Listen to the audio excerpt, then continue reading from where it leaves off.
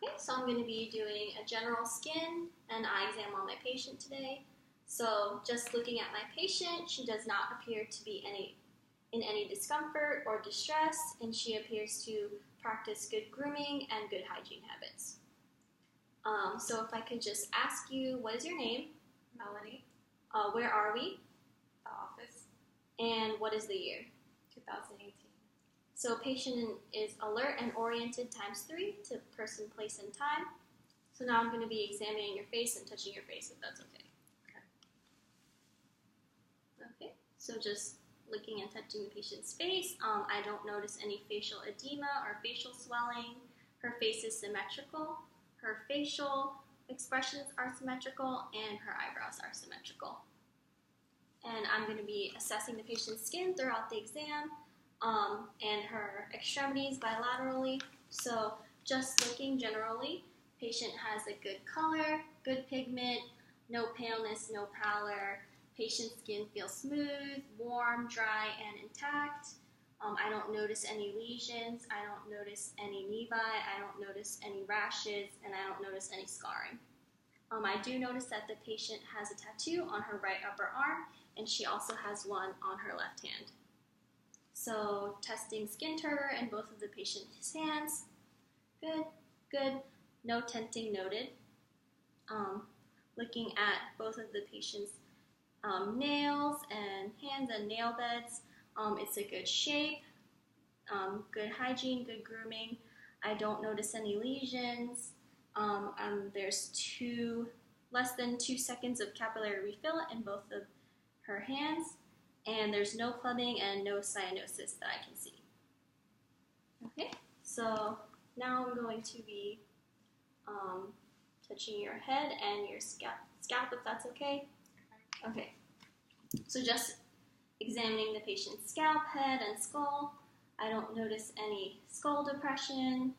I don't notice any lesions, and I don't notice any nodules. And just feeling and looking at the patient's hair, it's a fine texture, it's a good distribution. I don't notice any lesions, I don't notice any nevi, and there's no lice in the patient's hair. Also looking at the patient's face, I noticed that her lips are a good pink color, there's no cyanosis there. So now looking at the patient's eyes, just examining her eyelashes, they go in an outwards direction from her eyes.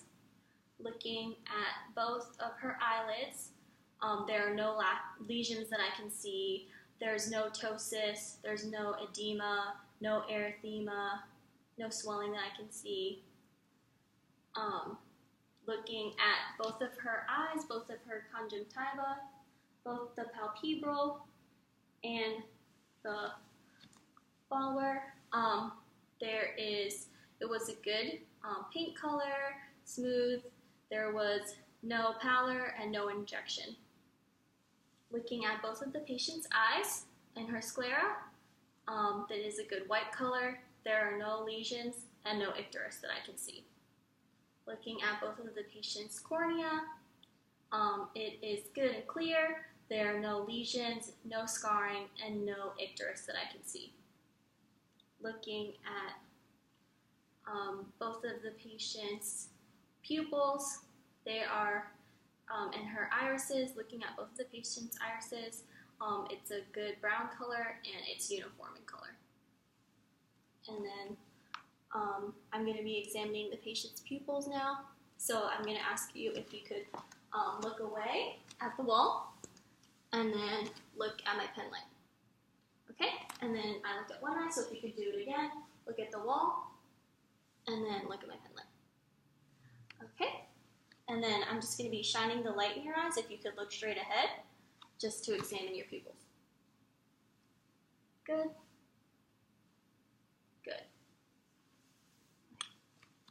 So patient's eyes are both equal, round, and reactive to light, both direct and consensual light and accommodation.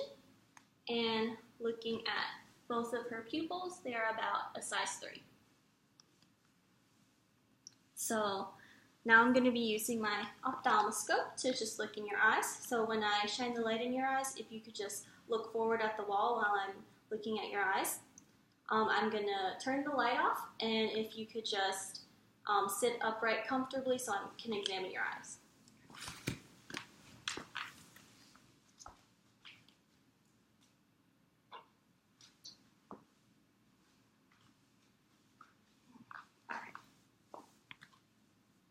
So I'm turning my ophthalmoscope on.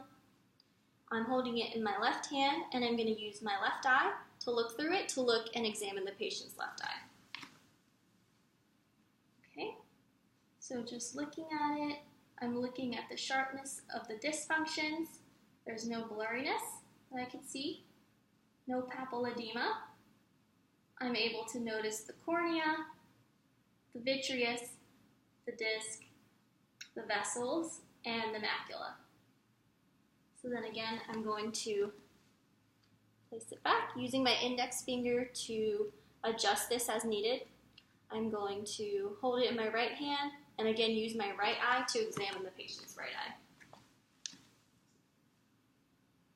Okay, so I'm looking into her eye, I'm looking at her cornea, her vitreous, her disc, any vessels, and the macula. Okay, so I'm done with that, so I'm going to turn the lights back on and continue with the eye exam.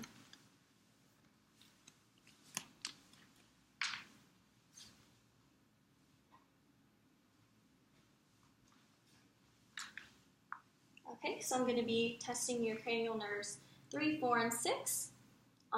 I'm going to do that by just asking you to look at my finger and follow my finger.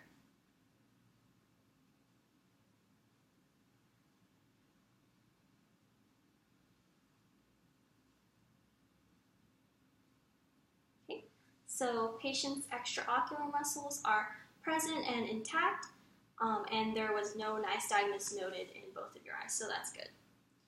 So now I'm going to be testing the patient's cranial nerve 2, her visual fields. So if you could cover one eye for me, and I'm going to be wiggling my fingers in your peripheral vision, and just let me know when you can see my fingers, okay? See it. See it. See it. See it. Okay. And then if you could switch and do the same thing, cover your other eye, and I'm going to be doing the same thing. Just let me know when you can see my fingers. Okay. See it. I see it. I see it. I see it. Okay. So now I'm going to be testing the patient's cranial nerve 2 again for visual acuity using the Snellen eye chart. The one that I've provided states that it should be about 6 feet away from the patient. So my chart is about 6 feet away from my patient.